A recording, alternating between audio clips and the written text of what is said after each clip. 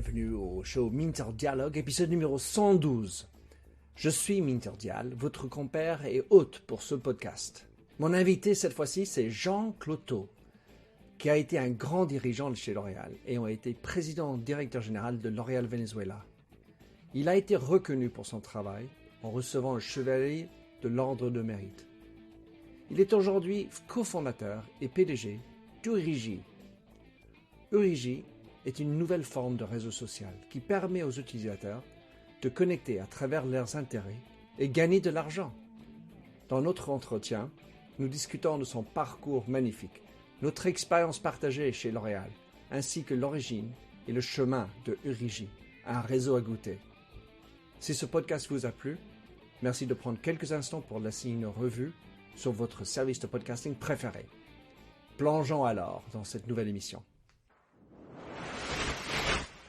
Mon cher Jean Cloteau, là, on se rattrape des bonnes dizaines d'années, j'ai l'impression, quand c'est la dernière fois qu'on s'est vu, et j'ai décidé avec toi d'enregistrer notre retrouvaille.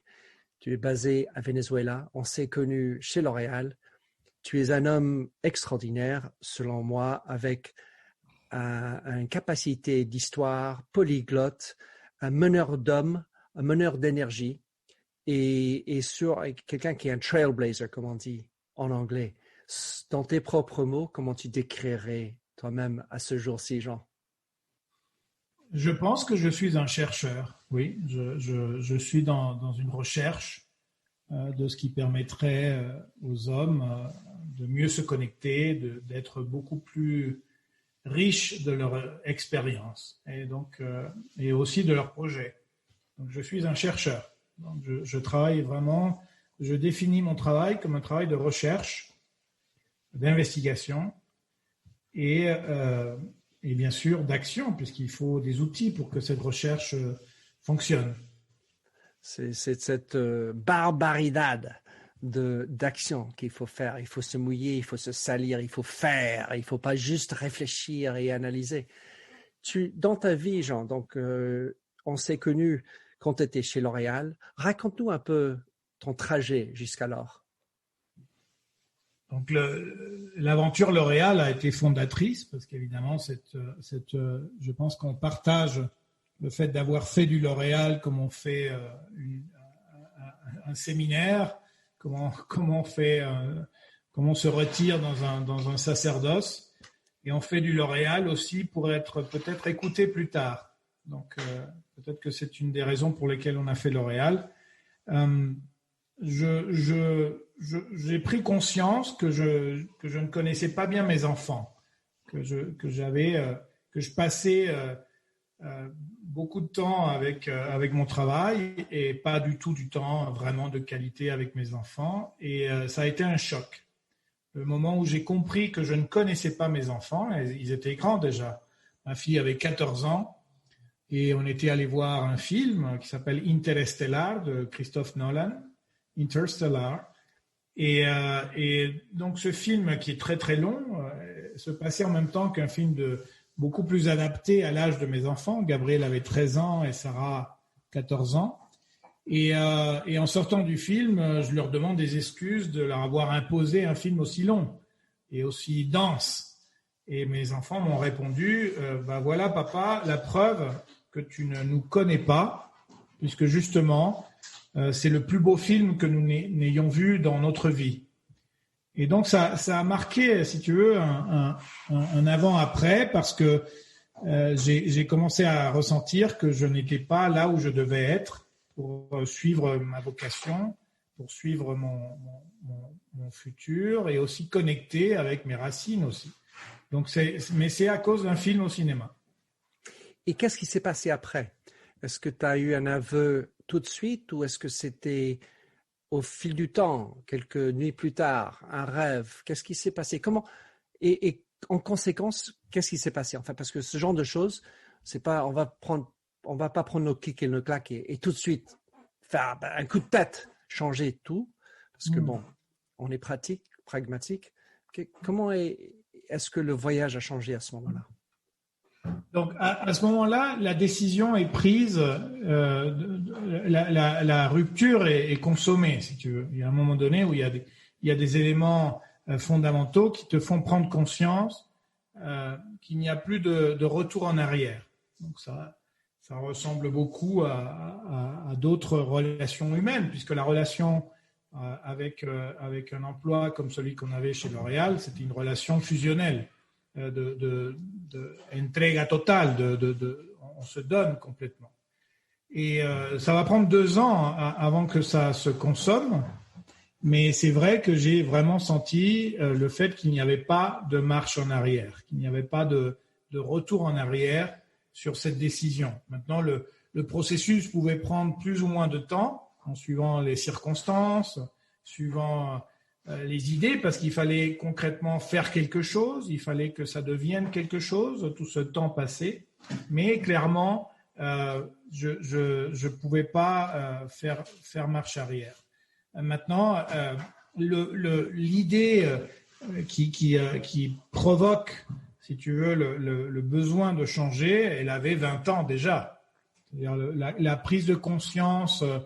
Peut-être depuis des années 90, depuis Pierre Omidyar sur eBay, j'avais déjà pris conscience que le prochain grand saut technologique n'allait pas se faire sur justement la technologie hardware, mais allait se faire sur les rapports entre les êtres humains. Donc ça, c'est une prise de conscience réelle.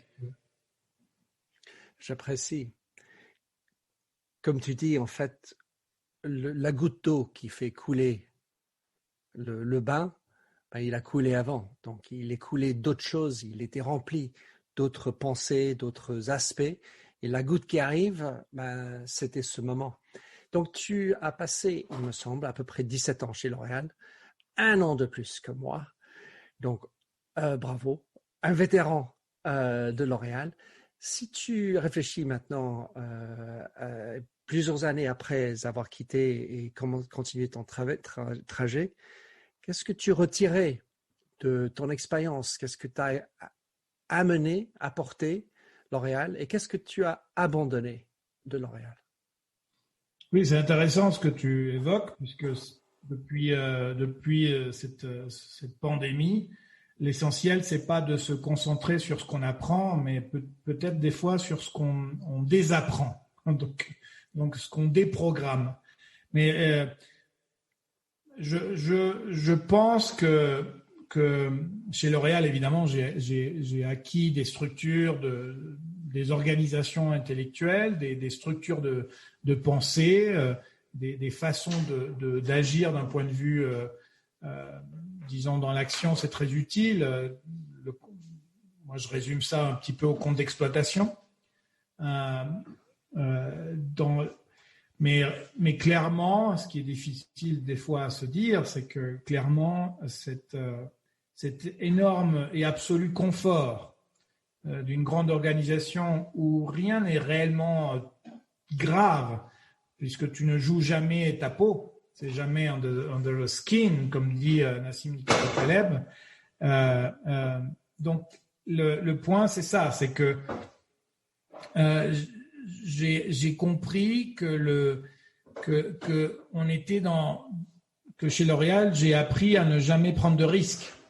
J'ai appris à peut-être, oui, t'apprends à gérer la pression humaine ou la pression morale. Donc, c'est vraiment une excellente école pour gérer la pression morale. Je parle évidemment de la réunionnite, des réunions sans arrêt, pour des sujets, franchement, qui pouvaient être résolus en quelques mots. Cette pression morale, cette pression entre les hommes, entre les égos, entre les influences, c'est quelque chose qui marque énormément. Donc évidemment, c'est quelque chose que tu retrouves toujours, c'est-à-dire que c'est propre à l'humain, même dans les petites organisations, tu retrouves une volonté d'influence, de prendre l'ascendant sur l'autre, on pourrait appeler ça d'une certaine manière faire de la politique. Mais clairement, tu apprends chez L'Oréal que c'est pas ça qui construit l'efficacité, d'une équipe et qui construit l'efficacité d'un business. Donc, il y a beaucoup de choses, malgré moi, je te le dis, que j'ai dû désapprendre de mon expérience de L'Oréal. Il y a énormément de choses qui sont toujours présentes dans la structure, dans une certaine rigueur, dans une certaine volonté de bien faire, dans la conscience ou la prise de conscience que tout ce que tu fais va être jugé, analysé par d'autres. Donc ça, c'est toujours très intéressant. Donc de jamais penser que tu es le seul juge sur quelque chose qui va être fait. D'essayer toujours de construire des arguments qui vont aller vers, bien sûr, la confrontation, mais aussi le consensus entre les gens. Essayer de gagner le plus possible de gens à ta cause, convaincre. Je pense que L'Oréal est une excellente école de persuasion. Comment persuader les autres autour d'une action qui va prendre du temps à être mise en route. Maintenant, il faut aussi énormément, pour être accurate, pour être adapté au monde actuel, évidemment, c'est un modèle totalement obsolète. C'est un modèle d'organisation et de... en fait, souvent, je me disais, tiens, c'est marrant, mais le business n'est pas au centre de la conversation. La vraie priorité n'est pas dans la réussite des objectifs des affaires, mais plutôt dans un travail de serre d'influence, etc., etc. Donc, certes, tu dois désapprendre le confort, tu dois désapprendre le fait que tout ne va pas se faire sans ton direct input. Quand tu travailles dans une grande organisation, eh bien, sur chaque chose que tu fais, il y a 100 choses qui vont être faites par l'organisation, par la machine. Donc, c'est pas pareil, pas du parti, mais de la corporation. C'est quelque chose que tu dois abandonner à toute vitesse. Et moi, ça m'a pris beaucoup de temps. Moi, je peux te dire que sur 5 ans, je commence maintenant à être pertinent. Donc, la désintoxication du modèle prend du temps. Donc, évidemment, ça t'apporte de l'assurance, ça t'apporte de la résistance mentale, ça t'apporte de la structure aussi dans la façon de construire un modèle financier et de persuader, par exemple, les investisseurs, tous ces rapports avec les stakeholders. Évidemment que L'Oréal est la meilleure école. Maintenant, il y a quand même une toxicité au modèle. Et moi, je rigolais quand on me disait « Ouais, attention, si tu quittes L'Oréal, tu vas être un terrible entrepreneur. » Non, c'est pas vrai. Je suis un type brillant. Moi, j'ai les meilleures idées. Je ne suis pas comme les autres. Bla bla bla bla. Non. Quand tu quittes L'Oréal, tu vas devoir apprendre à ne plus vraiment enlever la notion de note de frais. Ne serait-ce que la notion d'une note de frais. C'est-à-dire que la notion qu'un centime qui va être dépensé, eh bien, c'est in fine, quand tu fondes quelque chose, chaque centime, c'est toi qui le payes. Quand tu travailles dans une grosse boîte, évidemment, chaque centime, ce n'est pas toi qui le payes. Et donc, ce n'est pas ton argent, ce n'est pas ta boîte. Et donc, oui, je suis arrivé exactement au même point, c'est-à-dire qu'il a fallu beaucoup de temps pour que... Et d'ailleurs, c'est marrant, c'est un peu comme le dit le fondateur de LinkedIn, qui dit, si tu n'es pas... Hoffman Reed, qui dit... si tu n'as pas honte de tes débuts, de ton démarrage, c'est-à-dire que ça veut dire que tu as démarré trop tard. Eh bien, c'est tout à fait ça. Moi, j'ai même du mal, vraiment beaucoup de mal. Maintenant, et en ce moment, aujourd'hui, je pense qu'on fête, aujourd'hui, ce matin, on fête les 4 ans du lancement de l'application. Donc, ça fait 5 ans qu'on a lancé le business et 4 ans qu'on a lancé l'outil, Origi. Et j'ai du mal à avoir ne serait-ce que des images, des photos, des vidéos du début. Parce que, bien sûr, il y a énormément de cohérence, ça reste la même idée, mais l'attitude, et je sais que le mindset ou le Minter à ce moment-là, c'était un ex-L'Oréal qui était en train d'opérer. Donc, il y a plein d'éléments super positifs. C'est-à-dire que tu crées une start-up en faisant une mini L'Oréal. Donc, tu vas chercher des très hauts standards d'équipement, des très hauts standards de rémunération de tes collaborateurs, de sérieux dans la structure. Mais évidemment, tout cela n'est pas du tout assertif quand tu crées une start-up.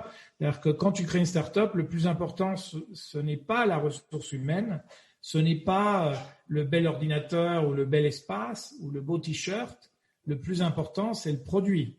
Donc, c'est vraiment on appelle ça le MVP, Minimum Viable Product, mais au-delà de ça, c'est la viabilité.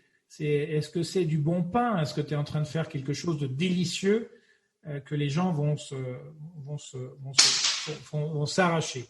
Donc, évidemment, le point de désintoxiquer le modèle antérieur a été pour moi assez lourd à porter. Donc, c'est pas un message habituel parce que d'habitude tu dis non, écoute, moi j'attends presque 20 ans de top exécutif, donc c'était formidable. Évidemment que c'était formidable. Évidemment qu'aujourd'hui on te prend au sérieux quand tu dis que tu as eu ces jobs avant.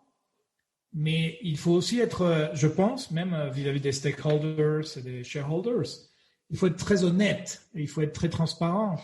D'ailleurs, on a eu un rendez-vous avec un shareholder, un futur shareholder suisse. Il me disait, ouais, comment ça s'est passé? Un peu la même question que tu viens de poser. Et donc, je lui raconte l'histoire de mes enfants, etc. Il me dit, bravo, parce que je t'attendais au tournant. Donc, pour lui, aujourd'hui, le plus important, c'est d'évaluer quelle est la fonctionnalité de ton cercle familial. Parce qu'il va investir dans un type qui est le pilote de son propre navire. Donc, si ce pilote est workaholic ou un peu déséquilibré d'un point de vue burn-out ou post-burn-out, eh bien, l'investissement va être perdu. Et donc, la discussion était là-dessus. Alors, évidemment, en public, je te dirais, mais là, on n'est pas en public, je rigole, mais en public, je te dirais formidable, 20 sur 20, l'expérience L'Oréal a construit ce que je suis. Bien sûr, ça vaut une bonne centaine de MBA avec des doctorats en cagnotte. Évidemment, si tu dis j'ai fait HEC et l'autre te dit j'ai fait 17 ans de L'Oréal, eh bien, il y en a un qui a gagné, c'est pas celui qui a fait HEC. C'est évident. C'est évident qu'il y a des voyages, il y a des gens, il y a aussi te connaître en tant que le fameux mot manager.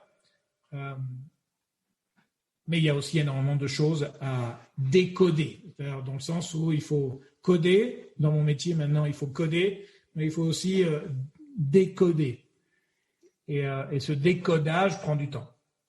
Dans ce que tu as raconté, il y a beaucoup de choses sympathiques que tu parcours. Un premier, c'était de savoir bien faire. Moi, j'avais l'impression que c'était souvent de parfaire. Et donc, on était beaucoup sur l'idée et moins sur l'action proprement parlée, puisque de toute manière, c'était, comme tu dis, fait par toute une organisation.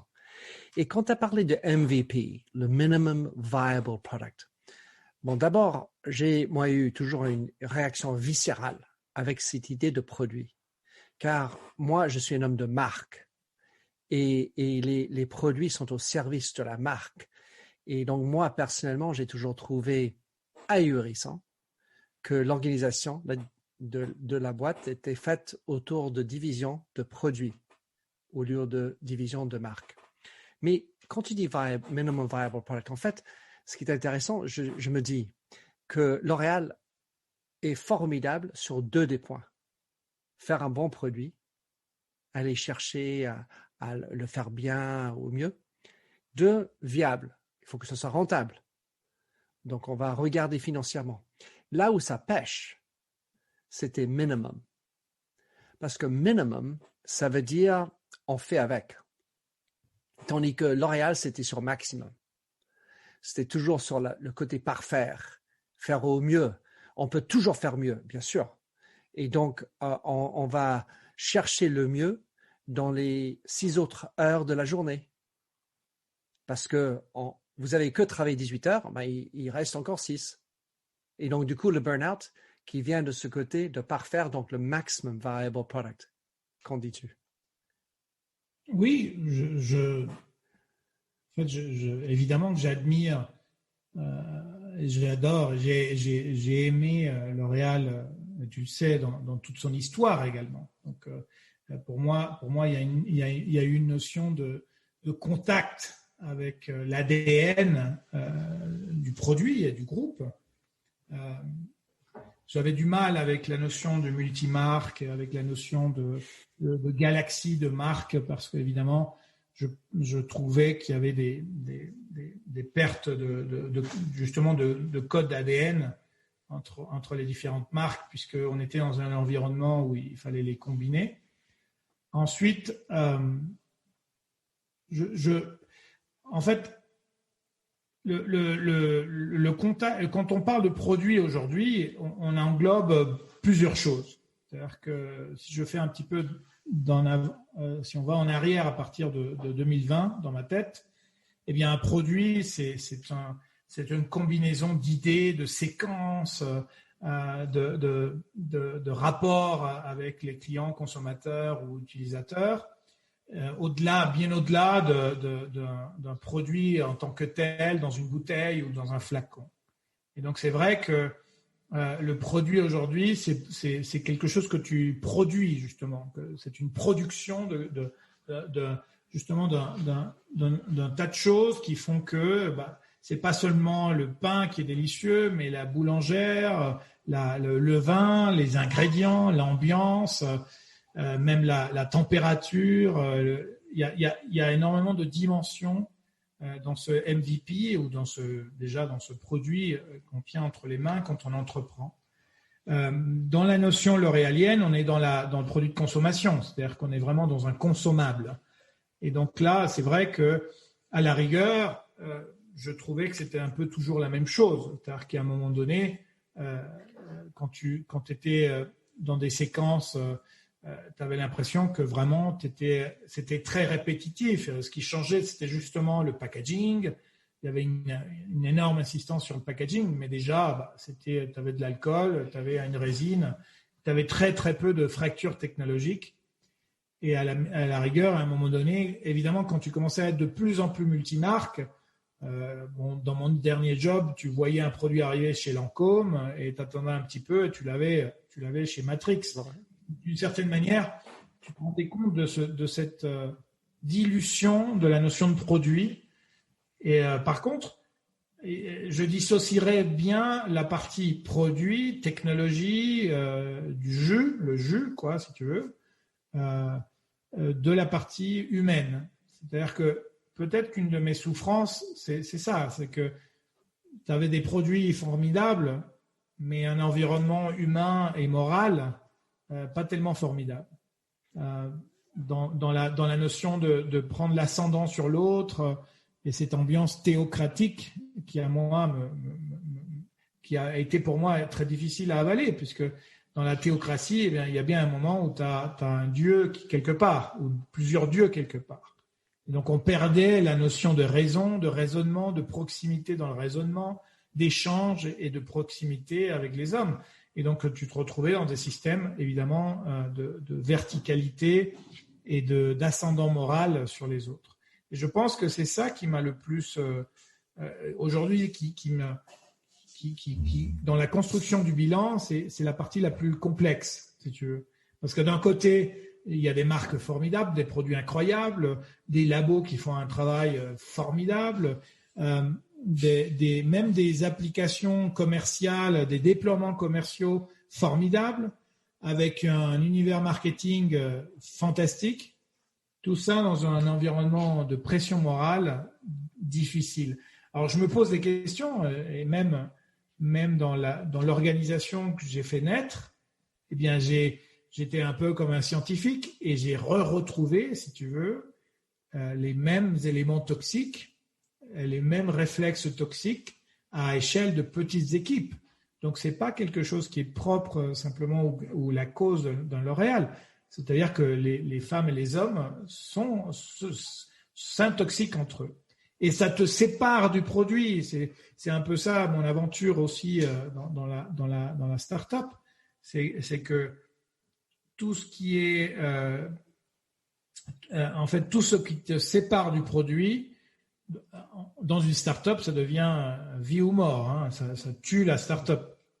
S'il y a excès d'argumentation, excès de réunion, excès de pression morale, de ragot, tout ce que tu veux, tout ça, ça va tuer l'exécution. Et tu le vois, des fois, il y a des choses qui sont prêtes depuis très longtemps en technologie et qui ne sont pas déployées simplement parce que les ingénieurs veulent faire sentir au marketing que c'est eux les cadors, tu vois. Donc, c'est très compliqué parce que tu dis, mais les gars, on construit une organisation horizontale, il n'y a pas de comité de direction, il n'y a pas de théocratie, et quand même, on retrouve des réflexes que je voyais chez L'Oréal. C'est l'humain. Alors, il y a 2 sujets que je vais aborder avant que nous rentrions dans l'histoire du Régie. La première, c'est un souvenir que j'ai de toi, Jean, qui était ta capacité d'enquêter, rechercher peut-être, sur l'histoire de L'Oréal. Et tu avais, je m'en souviens, tu étais à la recherche de documents, d'archives, et j'ai trouvé ça fantastique. Tu es entouré, là où tu t'assois dans ton bureau, par des produits de la société L'Oréal, l'Apple. Et voilà, j'ai fait une lapsus là. Ça, c'est ma femme qui était chez Apple. Enfin, c'est comme ça. Mais tu as toujours cette capacité de connaître l'histoire. Et aussi bien dans la culture du pays, la langue, parce que tu es polyglotte à fond, et dans les histoires derrière. Et donc, tu m'as raconté juste avant de démarrer l'enregistrement des godasses qui sont derrière toi, des pompes. Et je voudrais que tu racontes, on ne va pas pouvoir le voir, mais je rajouterai peut-être un lien, tu me donneras une photo dans les show notes, de ces chaussures que tu gardes, des vieilles chaussures que tu as à côté de toi. J'imagine difficilement plein de gens imaginer garder des vieilles chaussures à côté de soi, mais raconte-nous l'histoire de ces chaussures. Oui, l'important, au-delà de l'histoire, ce sont les objets. Donc les objets, on parlait de produits. Les objets, ce sont aussi des produits. Et donc, si tu prends les premiers produits de L'Oréal ou les notes de Jeanne Schweller ou le premier savon de P&G, ce sont des produits. Et ces produits deviennent, avec le temps, des objets. Donc, ils vont plus être vendus, ils vont plus être commercialisés, et ça devient des objets. Et les objets, ce sont des moyens de communication. Donc, pourquoi ? Parce que derrière, il y a une anecdote. Toi, tu as un ring qui est très fort pour toi, qui constitue un totem. Et donc, ces objets, ça devient des ponts de communication et ça te permet justement de faire arriver, de faire des démonstrations, d'être plus efficace dans tes messages et d'être, en fait, d'une certaine manière, de sortir simplement d'une narrativité abstraite et de rentrer dans un narratif du concret. Donc ça, c'est très important. Et donc, le point des chaussures de Steve Jobs, c'est les New Balance. Donc là, tu peux les voir, c'est les 992, 992. Et donc, l'important, bien sûr, ce sont les chaussures originales de Steve Jobs qu'il a portées. Il les a portées en 2006. Et en 2006, il a fait un vol dans une petite avion privé piloté par une dame formidable qui s'appelait Betty Jo Reed, qui avait sa propre ligne aérienne privée. Et comme cette femme pilote était très âgée, Jobs a présumé sur la réussite du vol et sur le respect du timing. Et donc, il y a eu un pari dans ce vol. Et ce pari a été, eh bien, si vous croyez que parce que je suis âgé, on va arriver plus tard ou que le vol va mal se passer, pour ne pas dire femme. aussi. Et d'être une femme, eh bien, on va parier vos chaussures. Et si on arrive plus tôt que prévu, d'une manière plus efficace que prévu, eh bien, vous avez perdu vos chaussures. Je suis le commandant de bord, je m'appelle Betty Jo Reed et je suis ancien pilote de guerre de la Deuxième Guerre mondiale. Et donc là, c'est un petit peu, au-delà des chaussures, c'est de raconter l'histoire des préjudices, l'histoire des a priori et l'importance de connaître les gens. C'est fondamental, puisque quand tu connais les gens, eh bien, plein de choses formidables vont se passer. Mais si tu ne veux pas connaître les gens, c'est ce qui est arrivé à Jobs, tu perds tes chaussures. C'est-à-dire qu'il y a plein de façons de perdre ses pompes quand on n'approfondit pas en face de qui on est, avec qui on est en train de créer un lien. Donc, ces chaussures me servent énormément à expliquer ce qu'on a construit, l'univers digital, où le plus important, c'est pas ton compte bancaire, c'est pas tes actifs mobiliers, immobiliers, ce sont tes histoires. Eh bien, qu'est-ce qui était important dans cette anecdote? C'est que si Jobs avait demandé à la dame « Qui êtes-vous ?» eh bien, la dame lui aurait répondu « Je suis Betty Jo Reed, fondatrice de Women Air Force Special Pilots », eh bien, Jobs n'aurait pas perdu ses chaussures et il n'aurait pas perdu son pari et il aurait créé une amitié formidable, alors qu'il n'en reste qu'une paire de pompes. Et c'est ça un peu le rôle d'avoir des objets. C'est pas de dire je collectionne des éléments Apple parce que j'ai un culte pour Apple, pas du tout. J'ai découvert, on parlait de MVP, j'ai découvert que Jobs ne s'intéressait ni à la technologie, ni au marketing, ni au design. Bon. Alors les gens me regardent, me disent qu'est-ce qui va nous sortir? Comment est-ce possible qu'ils disent que Jobs ne s'intéresse absolument pas au marketing et au design et à la technologie? Eh bien, je résume, Jobs n'a pensé qu'à une seule chose depuis la création de la première boîte en bois. Ici, on a une réplique de la Apple No. 1. C'était la portabilité et l'intégration. Il voulait absolument que la technologie soit portable tout en un, soit intégrée, all in one. Et ça, personne ne le dit parce que tu ne peux pas le découvrir si tu ne touches pas les objets qui ont été importants pour Steve Jobs. Tu ne peux pas le découvrir si tu n'as pas avec toi le sac de 1984 dans lequel il a mis le premier Macintosh. Donc, je peux même te faire je te passerai une visite guidée. Eh bien, ce premier Macintosh, le 1984, est lancé dans un sac. Le Apple IIc, qui est le premier laptop antérieur au Macintosh dans les années 80, est lancé également dans un sac. Donc, on va exagérer, on va vraiment accentuer la portabilité. D'ailleurs, tu vas voir que dans les produits de Jobs, même les iMac, là, il va être portable. Il y a tout de suite une poignée. Une poignée. Cette poignée est très importante parce que c'est cette poignée qui va porter Jobs à son intérêt pour le Walkman, et le Walkman va lui ouvrir les portes de l'iPod, l'iPhone, etc. Et donc, c'est important, si tu veux, de mon propos initial, c'est concentre-toi sur cet invariable, sur cette chose qui ne va jamais te quitter. Et si moi je te dis, ma seule obsession, c'est d'inventer un outil pour réduire, pour créer de la prospérité, pour réduire la pauvreté et la fracture sociale, et que je m'en fous si tu l'appelles social media, social network, si c'est une app, si c'est pas une app.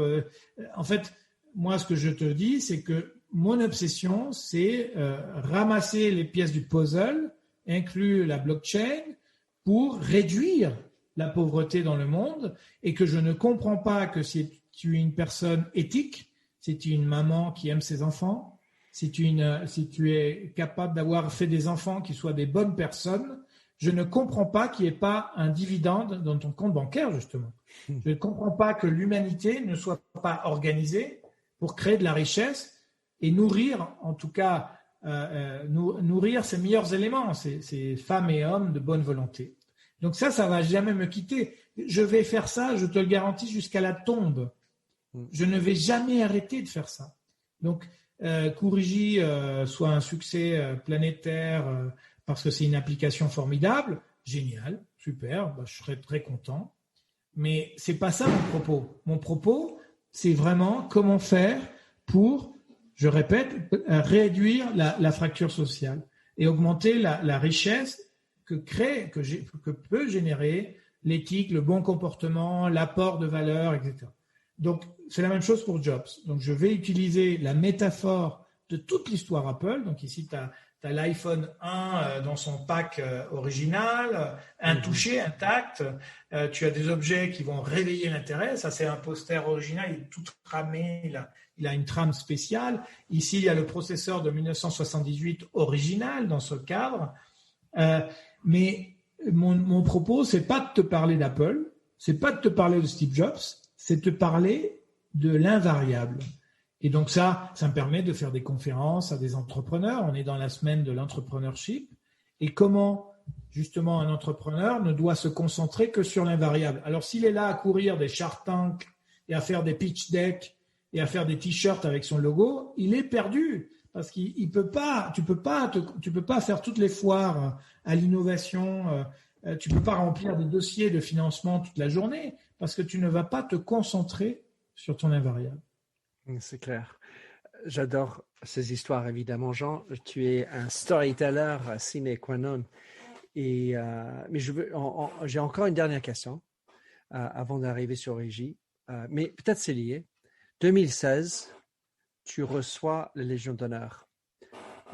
Et j'ai l'impression que tu l'as reçue dans la Salva. En tout cas, c'est la photo que j'ai vue. L'Ordre national du mérite. L'Ordre national du mérite. C'est un petit peu... Oui, mais enfin, d'accord, ok. Mais je voudrais tu vois que je ne connais pas suffisamment bien, mais dis-nous comment tu es devenu chevalier de l'Ordre national du mérite. Bon, tu es décoré de l'Ordre national du mérite par la France sur un parcours très long. Donc d'abord, c'est une décision que prend justement la Légion d'honneur sur le mérite des gens. Donc c'est formidable parce que ça se fait sur la durée. En général, ça se fait après 20 ans de service à la France et ça se fait sur la base de la nomination de tes pairs. Donc c'est très intéressant parce que tu vas parler de méritocratie et tu vas parler aussi de peer-to-peer, qui est un des piliers de ce qu'on va appeler sharing economy, qui me passionne, et aussi passion economy, qui est le nouveau grand terme qu'on doit utiliser aussi. Et donc, le mérite qui nourrit mon propos intérieur, dont je te parlais de l'éthique et de l'apport de valeur dans la narrativité d'un pays, et la cooptation des pairs va être célébrée par une médaille qui s'appelle l'Ordre national du mérite, justement, qui concentre, De Gaulle a concentré toutes les médailles qui existaient jusqu'alors. Donc, tu avais la médaille de l'agriculture, la médaille du métier, la médaille du boulanger, tu avais plein de médailles. Eh bien, il a groupé toutes les médailles et il a dit la France honore ceux qui le méritent. Et donc, concrètement, on rentre dans cette notion de méritocratie. Mais ce qui est formidable, c'est que c'est un titre qui est très important pour moi parce que c'est d'une certaine manière se dire que malgré le fait qu'on soit des grands originaux, qu'on soit toujours en dehors du cadre, un petit peu hors registre, qu'on soit perçu comme comme des désordonnés ou comme des gens qui ne sont pas tout à fait disciplinés quand il faut, eh bien malgré ça, c'est un peu la même histoire de L'Oréal. Moi, j'ai pas fait d'école de commerce et j'ai quand même réussi à diriger une filiale. Donc tu te dis, bon, pareil, la France, c'est quand même une réalité fantastique parce qu'elle reconnaît la différence, elle reconnaît la diversité grâce justement à cette notion de mérite et de constance et de persévérance. Donc voilà l'histoire de l'Ordre national du mérite. Donc tu es nommé par le journal officiel, par le président de la France. Donc il y a une liste de gens et cette liste est assez courte d'ailleurs et donc tu es nommé par tes pairs. Donc il faut, à ce moment-là, j'étais président des conseillers du commerce extérieur et c'est vrai qu'il y avait une belle alchimie. Donc tu peux être aux confins du monde et malgré ça la civilisation française est capable d'honorer le mérite. Donc ça, c'est assez formidable et c'est tout à l'honneur de ce que veut dire la France. Je t'en félicite, Jean. Alors, Origi, qu'on l'appelle média social ou autre, comme tu dis, une app, ça fait 5 ans à peu près que ça existe. Tu as un purpose, une raison d'être qui est extrêmement puissant. Raconte-nous le démarrage, l'histoire où un jour tu as tourné à ta femme ou je sais pas à qui et comment dire, voilà, allez, on y va. Oui, alors après, ce type de grands virages prennent du temps, comme je te disais. Donc ça a pris une vingtaine d'années, puisqu'il y a quand même un propos de Pierre Omidyar, le fondateur de eBay, avant Google et Facebook, qui dit, premièrement, il dit « Maybe you have a fortune in the attic ». Peut-être que tu as une fortune dans ton grenier et tu n'en profites absolument pas. Et ensuite, il dit « Je voudrais créer un environnement, évidemment, virtuel, digital, numérique, où les utilisateurs puissent développer des opportunités économiques. » Opportunités économiques.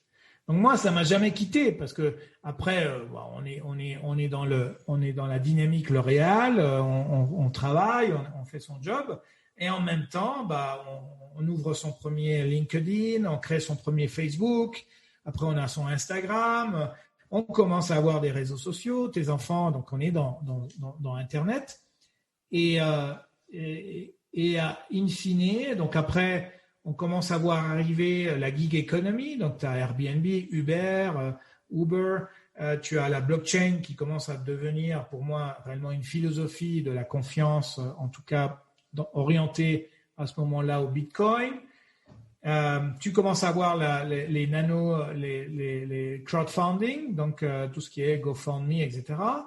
Et tu commences à sentir. Et je commence à sentir beaucoup de pression dans ma tête parce que je me dis, mais où est Pierre Omidyar? Où est cette fantastique idée de se dire, il faut que les gens découvrent la fortune qu'ils ont dans leur grenier.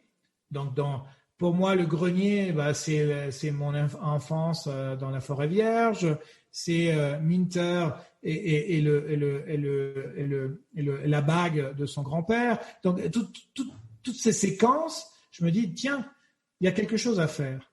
Pourquoi ? Parce que l'idée, en fait, quand Minter raconte son histoire, ou quand Jean raconte son histoire, ou quand tous les gens qu'on aime racontent leur histoire, et quand tous ceux qu'on connaît racontent leur histoire, eh bien tout ça, ça ne devient pas instantanément une banque de vie. Ça ne devient pas instantanément une sorte de, pourquoi pas même de monnaie, d'échange, puisque le plus important, c'est pas Minter et son histoire ou Jean et son histoire.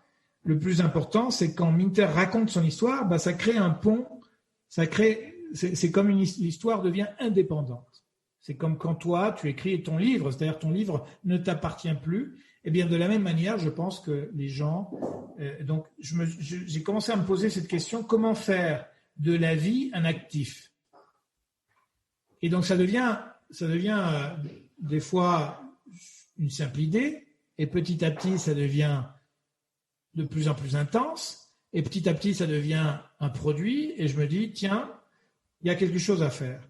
Et donc, avant la création d'Origi, je présentais toujours dans mes conférences un slide, un PowerPoint slide, parce que les gens te demandaient, comment tu as fait pour devenir président de L'Oréal, ou comment tu as fait, Et donc, tu racontes les steps, tu racontes les étapes.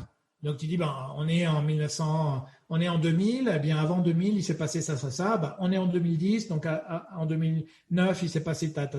Et tu commences à rapporter ton enfance, tes expériences avant L'Oréal, ton premier job. Après, je commençais à mettre mes mentors, les gens qui comptent pour moi, Minter Dial. Je commence à mettre des rencontres, je commence à mettre d'autres informations. Ensuite, je commence à faire une petite ligne, tout ça dans Excel. Ah ouais, pourquoi on met pas les salaires? Donc, on commençait à mettre les revenus et les jobs et les titres et les Et à un moment donné, évidemment, comme j'ai eu la chance d'animer une conférence pour la Tulane University sur l'entrepreneurship, etc., et à l'INSEAD. Et donc, je commençais à me dire, tiens, mais ce truc-là qui s'est passé en 2015, je l'avais dit en 2012. Ah, c'est curieux. Et donc, je commençais à mettre des choses que je voulais qui se passent dans le futur. Donc, j'ai commencé petit à petit à mettre des éléments de ce qu'on pouvait appeler, donc les gens rigolaient, on pouvait appeler le CV du futur. Dreams. Alors, merde, on va mettre quelque chose de fantastique. On va pas seulement parler des histoires, mais on va parler du futur. Alors, pourquoi ? Parce que, évidemment, je voulais inspirer les jeunes à être plus ambitieux sur même des jobs qu'ils voulaient faire dans le futur. Jean, comment tu as fait pour devenir directeur général ? Blabla. Et donc, je lui disais, mais comment toi, tu vas faire pour toi devenir directeur général ? Et donc, tout ça, ça commence à construire un Excel et un slide assez fantastiquement complexe. Et un jour, un ami me dit, mais tiens, ça serait bien quand on fasse une app. Je dis, c'est quoi une app ? Il me dit, ben, tu sais, les applications dans les téléphones intelligents, dans les smartphones, donc tu as des apps pour tout. Donc tu as une app pour commander à manger, tu as une app pour lire le tarot. Donc fais-toi une app justement pour que les gens puissent faire leur timeline. Et donc j'ai commencé à bosser là-dessus. Et déjà fin 2014, j'ai fait le premier draft de cet univers où j'avais mis d'ailleurs Richard Branson comme personne qui m'inspirait. J'avais mis une astronaute qui s'appelle Anousheh Ansari, qui est devenue notre premier actionnaire.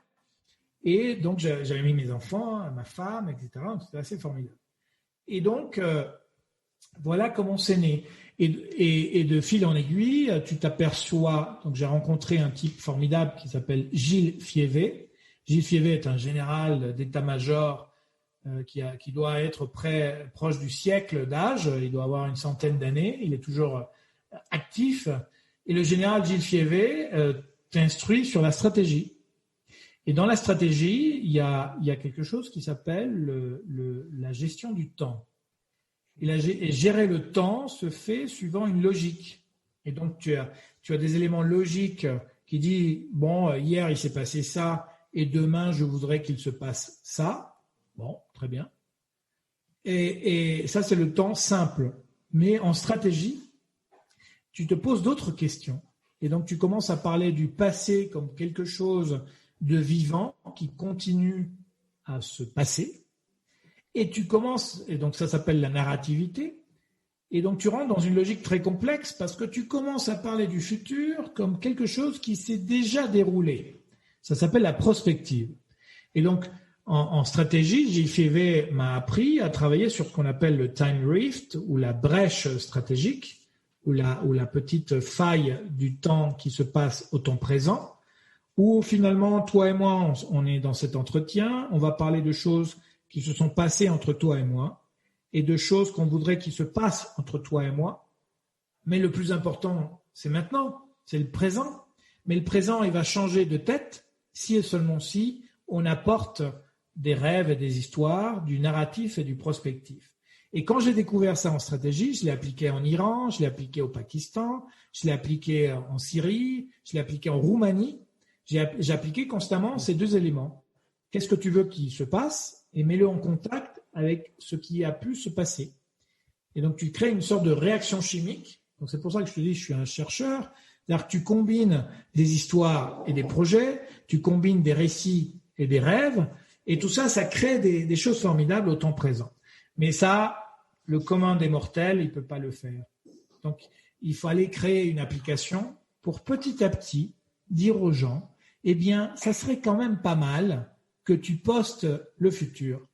Ça serait quand même pas mal que tu te dises que le week-end prochain, tu veux faire une fête avec tes copains. Ça serait quand même pas mal que tu mettes les choses que tu veux aller à Medellín, que tu veux faire tes études de ci, de ça. Et tout ça, ça développe dans la plateforme un truc formidable qu'on a appelé le potentiel.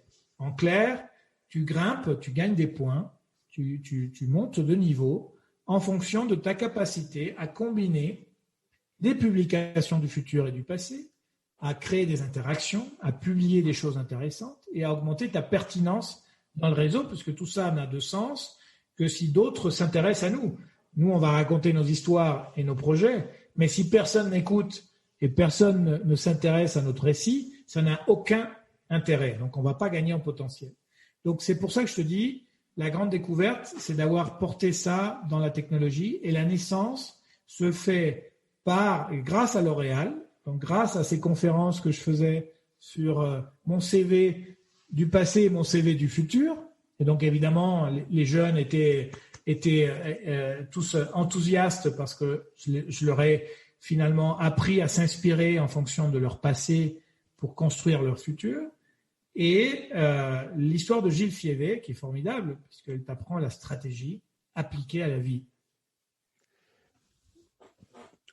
En t'écoutant, Jean, j'ai un élément qui me charrie, c'est l'ambition. Donc, c'est-à-dire de ma projection. Et surtout quand on est dans la pauvreté, la projection vers l'avenir, les rêves amenés à une ambition, ça paraît loin. Comment faire face à ça? Et puis, je vais te dire, sur une échelle plus basique, prosaïque, dans le monde moderne, privilégié, je trouve qu'il y a un certain manque d'ambition. Enfin, c'est ce que j'éprouve dans les gens. Donc, même si on n'est pas pauvre, il y a parfois un manque d'ambition. En fait, il y a une peur du futur. Le futur fait peur. Donc, évidemment, si tu prends une personne qui a perdu son emploi, qui a perdu sa vie et qui se retrouve en situation de fracture et qui devient un ivrogne dans un trottoir, ça va être difficile de lui donner un téléphone, un smartphone et qu'il télécharge une application, qu'il aille se créer son profil sur Internet pour sortir de cette situation de misère. Il est clair que le futur, parler du futur fait peur. C'est pour ça qu'aujourd'hui, dans le digital, dans le numérique, personne ne parle du futur. Donc, même Facebook te dit jamais qu'est-ce que tu veux faire. Donc, ils te disent qu'est-ce que tu es en train de faire. Et de temps en temps, on te fait un petit rappel sur Tu as fait. Sur ce que tu as fait. Mais bon. Donc, clairement, l'ambition, le vouloir plus, c'est happy few. Donc, c'est un exercice de happy few. Ce qui est très intéressant, c'est que on est dans un schéma où il n'y a pas que l'ambition personnelle. On est dans des schémas de plus en plus où les gens se posent des questions sur leurs enfants, sur leur famille, il y a une dame qui m'a appelé du Guatemala il y a quelques mois qui me disait j'adore votre application, c'est formidable. J'ai reçu d'ailleurs une première contribution parce qu'il y a un aspect instantané monétaire dans l'application. Donc tu peux recevoir où que tu sois sur la planète à partir de $1 une contribution, soit pour de la valeur que tu crées, des services que tu proposes, des produits que tu proposes, des livres que tu proposes, des cours ou simplement de l'aide que tu demandes. Donc c'est totalement polyvalent. Elle me disait, je suis très contente, merci beaucoup, je suis ravi. Mais vous savez, moi, j'ai pas tellement envie de parler de mon passé. Donc pour moi, c'est un blackout. Je ne veux pas parler du passé. L'horreur. Et je ne veux pas parler, je n'ai pas de rêve, je n'ai pas de futur, je n'ai aucune ambition. Je suis une femme de ménage, je nettoie des maisons. Alors moi, je lui ai dit, je vous respecte énormément, je comprends ce que vous me dites. D'ailleurs, ça me touche. Et je lui ai demandé, mais pourquoi vous faites ce blackout sans indiscrétion? Vous n'êtes pas obligé de me dire qu'est-ce que vous êtes en train de bloquer. Mais elle me dit, mais c'est très simple. J'ai été prostituée depuis l'âge de 8 ans et violée à maintes fois. Donc pour moi, je ne peux pas raconter cette histoire. Ça me fait mal. Ça me fait terriblement mal. Et je n'ai aucun rêve personnel.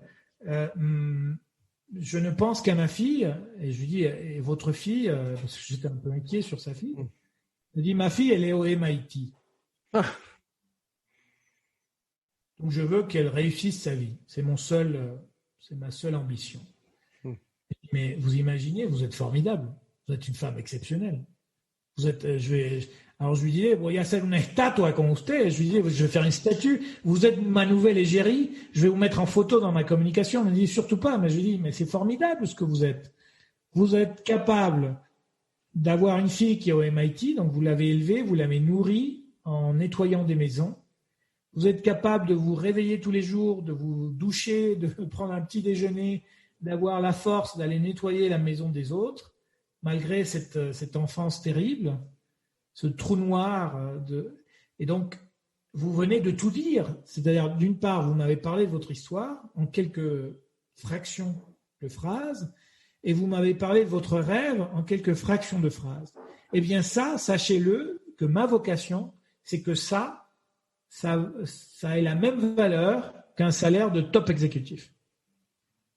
Pourquoi ? Parce que ça a fait bouger Minter, ça a fait bouger notre audience, ceux qui écoutent ce podcast, ça a fait bouger les gens simplement en racontant cette histoire. Donc ça veut dire que cette histoire, si ça fait bouger les gens, si ça fait prendre conscience aux gens de la chance qu'ils ont peut-être d'avoir eu une enfance un peu plus sympathique et avoir un boulot peut-être un peu plus sympathique, eh bien de se réveiller, de prendre conscience de la chance qu'ils ont et de les requinquer en énergie, eh bien vous avez fait le boulot. Et c'est ça le principe. Donc c'est pas aller chercher, tu as raison, l'ambition, le rêve, je veux aller dans l'espace, je veux être astronaute, je veux réussir à être milliardaire, etc. Mais des petits éléments, des micro-points qui permettent aux gens de prendre conscience que peut-être que leur vie vaut beaucoup plus que ce qu'ils pensaient. Peut-être par imitation, mais c'est le seul environnement où tu vas rencontrer digitalement des choses qui ne se sont pas passées encore. Si c'est un entrepreneur, il va dire je voudrais bien que vous achetiez mon produit.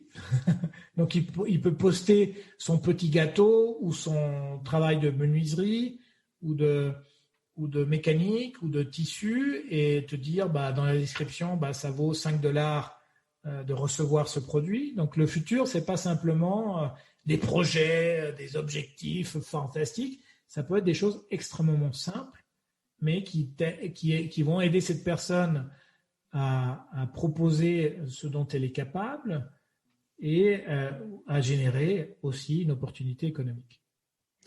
Ce que j'entends dans cette histoire de cette femme de Guatemala, c'est que tu as raccordé l'histoire de son passé à l'ambition de son rêve pour sa fille, qui est juste remarquable. Et le rêve, son histoire du passé, a beaucoup moins de valeur.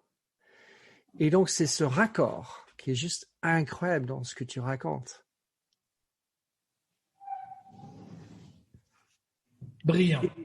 Et quand tu parles des produits, de tes chaussures de New Balance ou l'histoire de Steve Jobs, tout ce qui est de l'arrière, ça a une importance pour nous. Et je pense qu'il y a un mot qui me paraît important dans ce qu'elle a dit et ce que nous avons vécu en tant qu'employés de chez L'Oréal, manager en tant que tel, c'est une capacité d'être vulnérable. Car en fait, nous, on est parfait. Regarde-moi. Et c'est ça que je vends. Et je fais performance, résultat. Eh bien, ma capacité d'avouer que j'ai un problème, que j'ai une addiction, que j'ai perdu des choses, des personnes, de la maladie, tout ça, ce n'est pas glorieux, c'est pas noble. Or, en fait, il n'y a rien de plus noble que de raconter sa vulnérabilité. C'est brillant ce que tu dis, parce que au-delà de la noblesse et de la beauté du geste, c'est la valeur que ça génère. C'est une mine d'or.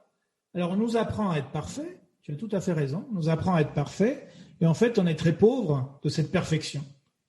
Parce qu'il n'y a rien de plus aburrido, de plus ennuyeux que quelque chose de parfait. C'est comme disait mon père, ce sont des tuyaux lisses, quoi. C'est tout bien, c'est comme un plexiglas.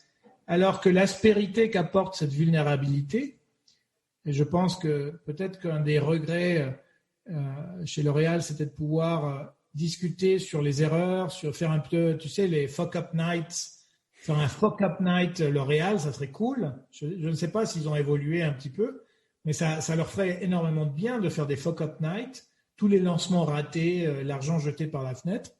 Mais clairement, la vulnérabilité, c'est peut-être le fortune in the attic de Pierre Omidyar. C'est cette fortune du grenier. Ce qui est important, c'est pas, et je te dirais même plus,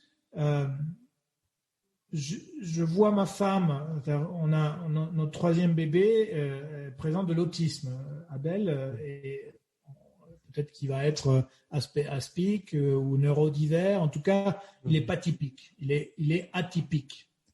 Donc, évidemment, quand tu prends ça, il a 3 ans. Donc, quand tu prends ça dans les dents, il y a 1 an et demi, eh bien, tu pleures. Tu dis, merde, mon enfant n'est pas parfait.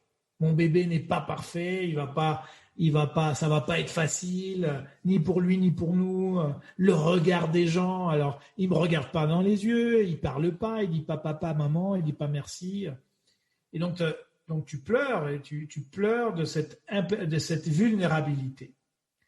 Et donc, il y a une affiche que j'avais publiée avant de savoir que Abel était atypique.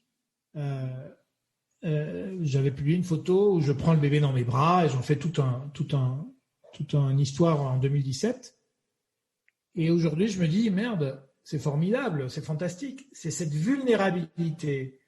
Ma femme vient de facturer elle vient de payer pas mal de choses ce mois-ci grâce à ses cours de thérapie pour les enfants atypiques. Donc, elle a numérisé, elle a créé tout un univers dans Origi, mais aussi sur Instagram, qui s'appelle Maman Educa y Juega, où elle parle de son travail, ce qu'elle fait avec l'enfant pour l'aider. C'est fantastique quand même. Ma femme est boulangère. Elle doit abandonner la boulangerie parce que mon fils est intolérant au gluten, à ce qui compose le pain. Et donc, elle se dédie au bébé et elle réussit quand même à transformer cette vulnérabilité en quelque chose qui a payé les courses du mois, quoi, le marché. C'est formidable. Elle a fait un cours international. Il y avait des mamans en toute l'Amérique latine qui sont connectées comme nous en ce moment grâce à cette vulnérabilité. Et Daniela, elle n'a pas fait Harvard, elle n'est pas norvégienne, elle est vénézuélienne, tu vois, elle n'est pas danoise, de bonne famille. Non, c'est une femme qui a fait ses études, mais c'est quelqu'un de totalement normal, qui a eu une vie très difficile avant de me connaître, etc. Donc, c'est quand même assez intéressant ce que tu viens d'exprimer. Et peut-être que le tweet du jour, c'est la vulnérabilité, c'est la nouvelle richesse. Et grâce à des éléments comme la pandémie, grâce au numérique, grâce à la technologie, donc aujourd'hui, que tu aies 90 ans, que tu sois en fauteuil roulant, ça n'a aucune importance. On est tous les deux connectés. Que tu sois à 8000, 9000 kilomètres de moi, ça n'a aucune importance. Donc tous ces problèmes, puisque bon, il faudrait avoir beaucoup d'argent pour voyager, se rencontrer. Là, peut-être que notre premier grand next step d'investissement se fait parce qu'on est dans la jungle. Donc, il y a un VC passionné et passionnant qui s'intéresse justement à la création de cette nouvelle richesse grâce à la blockchain, donc à la certification de la confiance, et qui trouve dans Origi la solution qu'il cherchait depuis longtemps.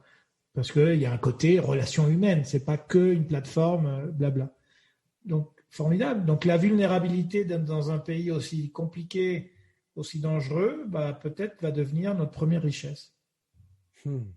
Jean, pour terminer, juste Origi, il est disponible dans quel pays, quelle langue, qui peut s'abonner ou aller pour devenir membre, participer dans cet magnifique voyage? Donc depuis le 1er janvier, on est absolument planétaire. Donc aujourd'hui, on va passer, cette année, on va être 50 000 personnes connectées. Tous les pays de la planète ont au moins, on a fait une statistique grâce à Google Analytics, tous les pays de la planète ont au moins un utilisateur, pas deux, mais un au moins. Ça commence par là. Oui, il y a des gens au Bangladesh qui ne parlent pas espagnol, ni français, ni anglais. Il y a des gens au Nigeria. Il y a des gens au Kenya, Ouganda. Il y a des utilisateurs très actifs au Ouganda. Donc, les gens sont partout. C'est totalement gratuit. C'est universel. Tu peux avoir accès, bien sûr, sur Apple Store, Google Play Store, mais aussi sur n'importe quel navigateur. C'est gratuit. Ça prend entre 8 et 10 secondes, 12 secondes de s'inscrire. Tu peux créer un profil de ce que tu veux. Ça peut être, je veux créer un user de mon livre. Je veux créer un user de mon voisinage, de ma rue, de mon édifice, de ma maison, de ma famille, de l'école, de l'ONG. Donc, il y a tout type d'utilisateurs, des organisations, des individus, des collectivités. Il y a même des églises qui sont connectées. Donc, il y a beaucoup plus que 50 000 personnes. Donc, si on compte les profils collectifs, on doit dépasser les 150 000 personnes, 160 000 personnes connectées. Il y a une église au Mexique où ils sont plusieurs milliers à se grouper autour du profil Origi. Origi veut dire l'espace partagé en Yanomami. En Népal, ça veut dire la lumière. Donc, c'est très intéressant, c'est un mot universel. Et aujourd'hui, l'idée, c'est sortir. C'est vrai que la naissance de la plateforme se fait depuis Caracas, donc tu as beaucoup de contenu en espagnol. Il y a un bouton dans l'application mobile pour traduire instantanément la description et le titre pour comprendre de quoi il s'agit à chaque publication. De plus en plus, tu commences à avoir une petite communauté en France, une petite communauté en Angleterre.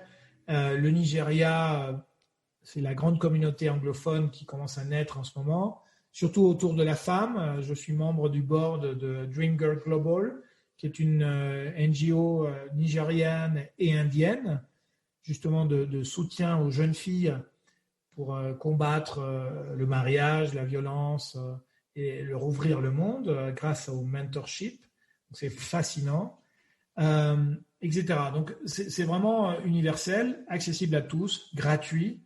Origi, c'est pas avoir 100 followers, 1000 followers sur ton compte, c'est avoir peut-être un seul follower qui s'intéresse à ce que tu es en train de publier. La particularité d'une publication dans Origi, c'est que un seul post peut avoir l'ensemble de la bibliothèque nationale. C'est comme l'iPod. Un seul post peut avoir 500 000 chansons. Tu peux mettre 500 000 voice notes dans un seul post. Tu peux mettre toutes les vidéos de la longueur que tu veux. Si tu es cinéaste, tu peux mettre 10 heures de vidéo si tu as envie sur une seule publication. Des images en haute définition, des PDF, tu peux mettre l'ensemble des articles que tu veux, des livres entiers peuvent rentrer dans une seule publication. Donc tu peux être un utilisateur finalement très peu prolixe en quantité de publications, avoir une seule publication. Cette unique publication peut être aussi ton canal pour recevoir des paiements, pour recevoir nous on appelle ça des contributions libres, c'est-à-dire qu'on peut te verser $1 ou $10,000. Chaque apport à partir de lundi, parce qu'on a changé le business model, on a éliminé toutes les commissions, donc chaque apport est net, c'est-à-dire qu'on t'apporte $1, tu as exactement $1. Donc si tu es une maîtresse d'école au Kenya, tu vas recevoir exactement $1 que Pablo n'a pas voulu payer au Starbucks Coffee de Madrid, donc il a envoyé ce $, à la maîtresse d'école au Ghana. Donc on a voulu cette instantanéité de l'apport. Ça peut être un paiement, ça peut être des relations commerciales, zéro commission. Donc tu as dans ton profil, tu as un wallet, un e-wallet, où tu reçois ce $. Ce $, est backé à Londres, donc on a créé un grand wallet avec notre banque à Londres et on audite grâce à PayPal. Donc PayPal nous permet de faire des transactions entrantes. On va ouvrir à Stripe. On est en discussion avec d'autres plateformes pour Payoneer pour permettre les apports divers et aussi des apports en Bitcoin et autres cryptos. Et toi, tu es soit cette tasse de café, soit une paire de chaussures, soit une ONG, soit une maîtresse, soit une école, soit une église. Tu reçois, soit un livre, tu reçois les fonds dans ton wallet. Et donc, c'est formidable parce que pour une famille, ça permet de gérer des fonds à plusieurs. Et après, pour faire le withdraw, là, tu payes une commission de 10%. Le withdraw se fait pour l'instant sur un compte PayPal.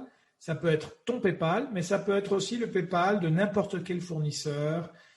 Tu peux faire un withdraw partiel du montant souhaité. Donc, on a créé, si tu veux, modestement, l'argent universel, très simplement. Mais le business model pour toi n'est pas sur la commission, j'imagine. C'est le business model pour toi parce que si un cinéaste se mettait à livrer 10 heures de films, ça doit être dans le cloud, ça doit être payé pour les serveurs et ce n'est pas les 10% d'une commission qui va te payer tout ça. Comment est-ce que tu fais et quels sont tes besoins par rapport à ça, Jean? Parce qu'on est homme à homme en train de parler entrepreneuriat. Est-ce que là-dessus, il y a s'il y a des gens qui écoutent, qui ont envie, qui ont écouté jusqu'alors, qui ont envie d'aider, qu'est-ce qu'eux, ils peuvent faire par rapport à ça? Alors, le business model, pour l'instant, donc c'est à chaque fois qu'une personne va retirer ou remettre sur le circuit bancaire conventionnel ses fonds, évidemment, ça apporte un petit peu de rentabilité à la plateforme. On n'a pas voulu introduire la publicité dans le modèle. On a signé la charte de protection des données des utilisateurs, donc on ne vend pas les données, sachant que c'est un commerce extrêmement juteux. Pour info, à chaque fois que tu vends les données d'un utilisateur actif par jour, ça représente 4 $ par jour par utilisateur. Donc c'est une masse d'argent gigantesque. Et c'est exponentiel, c'est-à-dire que cet utilisateur, tu peux créer des catégories pour faire du data mining supplémentaire. On refuse de faire ça. Donc on est un peu à contre-courant sur ça. Et donc on a signé également la charte de Own Your Data suite à Cambridge Analytica. Donc on est vraiment très aligné là-dessus. Donc pour l'instant, si un cinéaste veut mettre des heures de serveur, bienvenue. C'est-à-dire que ça va attirer des jeunes, ça va attirer d'autres inspirations, ça va attirer des gens qui vont vouloir consommer du contenu, qui vont peut-être s'inspirer également pour faire d'autres choses parce que justement ce cinéaste est là. Donc sur Origi, tous les utilisateurs deviennent des influenceurs potentiels puisque tu sais jamais quand est-ce que ton contenu va être intéressant pour qui, parce qu'on joue beaucoup sur les matchs entre je veux devenir cinéaste, je suis cinéaste, donc on fait des matchs entre les users, donc c'est assez amusant. Donc aujourd'hui, le business model, au lieu de payer des millions de dollars en publicité à Google et être à perte parce qu'on paye de la pub pour gagner des utilisateurs, on s'est dit, tiens, soyons plus intelligents. Ne payons pas des millions de dollars pour gagner des millions d'utilisateurs, allons moins vite et acceptons peut-être d'être pas tellement break-even sur les commissions. Donc, ouvrons le plus possible à ce que ça soit le plus accueillant possible pour des gens bien. Donc, on fait un travail. Chaque jour, on élimine entre 150 et 200 comptes de spammers, trolls et autres choses, n'importe quoi, des choses moins sympas. Parce qu'on veut garder un petit peu un côté cool de la communauté. Donc, c'est comme créer une ville digitale. Donc, aujourd'hui, tu ne payes pas pour entrer, il n'y a pas de publicité, il faut que tu te sentes bien. Et si tu te sens bien, évidemment, tu vas attirer des gens. Et là-dessus, on a 2 chantiers avec 2 banques, dont Nubank au Brésil, parce qu'on peut créer des produits de crédit. De capital sémille, d'apport pour les entrepreneurs. On peut créer pourquoi? Parce qu'on a des scores, donc on fait du scoring, donc tu connais à peu près quelle est la connexion, la pertinence. Fiabilité. Voilà, donc si tu grimpes en niveau et tu gagnes des points, c'est formidable pour une banque. Donc il y a d'autres projets dans le business case d'Origi qui vont apporter de la rentabilité, surtout des sources de revenus pour la plateforme. Après, on parle beaucoup de la pub en mal. parce qu'évidemment, on t'impose la pub et on ne te dit pas écoute, on est en train de lire tes données, on est en train de faire du data mining. Mais si tu le souhaites, dire tiens, moi, mon rêve, c'est d'aller sur l'Everest, ou mon rêve, c'est de faire une randonnée en Patagonie, eh bien, ça n'empêche pas de connecter tout ce qui va t'aider à aller en Patagonie et de facturer également des frais, non pas de publicité, mais si de communication entre les marques et les consommateurs du futur. Parce que moi j'ai écrit mon bouquin avec une Mont Blanc de mon grand-père. Mon bouquin de poésie a été écrit avec la Mont Blanc de mon grand-père. Je trouverais formidable que pour mon deuxième bouquin, Mont Blanc ait envie de parler de moi et moi de Mont Blanc. Il n'y a aucun problème. Donc, je trouve qu'il y a une noblesse entre les marques et les histoires et les rêves des gens. Et ça, on a une ressource assez importante. Là, on a dépassé les 600 000 interactions par mois. Donc, je pense que dès la barre des 100 000 utilisateurs, on va commencer à aller chercher 2 millions, 3 millions d'interactions par mois.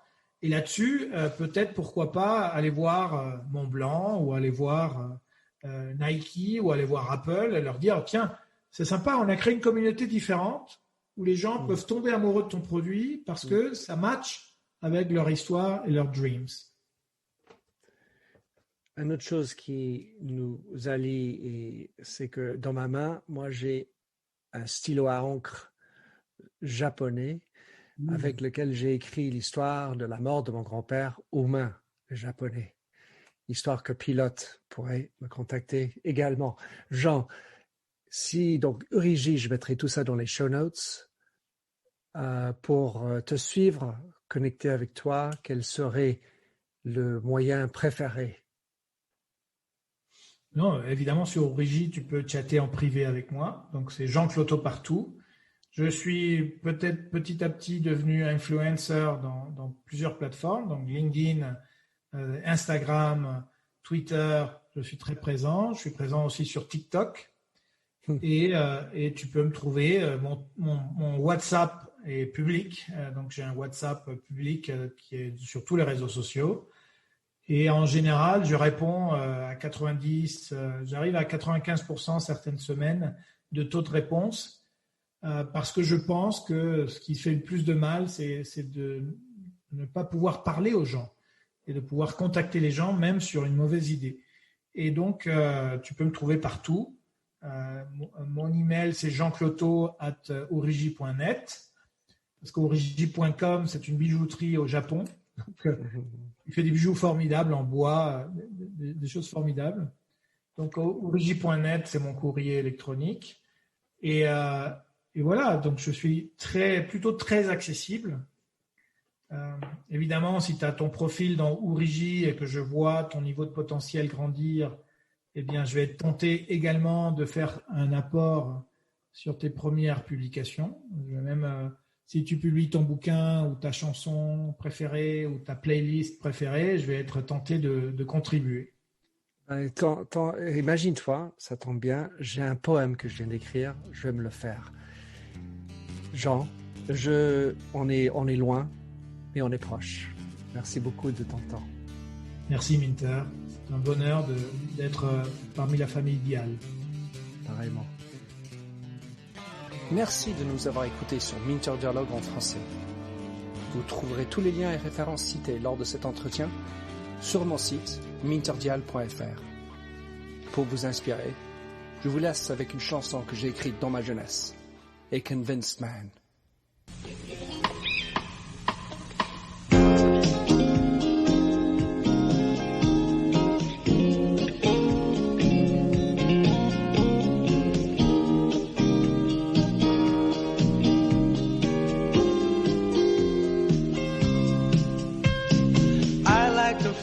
A stranger tucked around me, precipitating the danger to feel free. Trust is the reason, still I won't toe the line.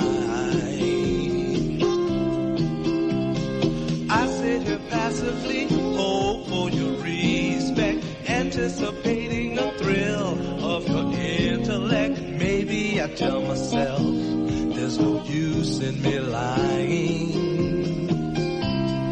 I'm a convinced man, building an urge. I'm a convinced man, to live and die submerged. A convinced man, in the arms of a woman.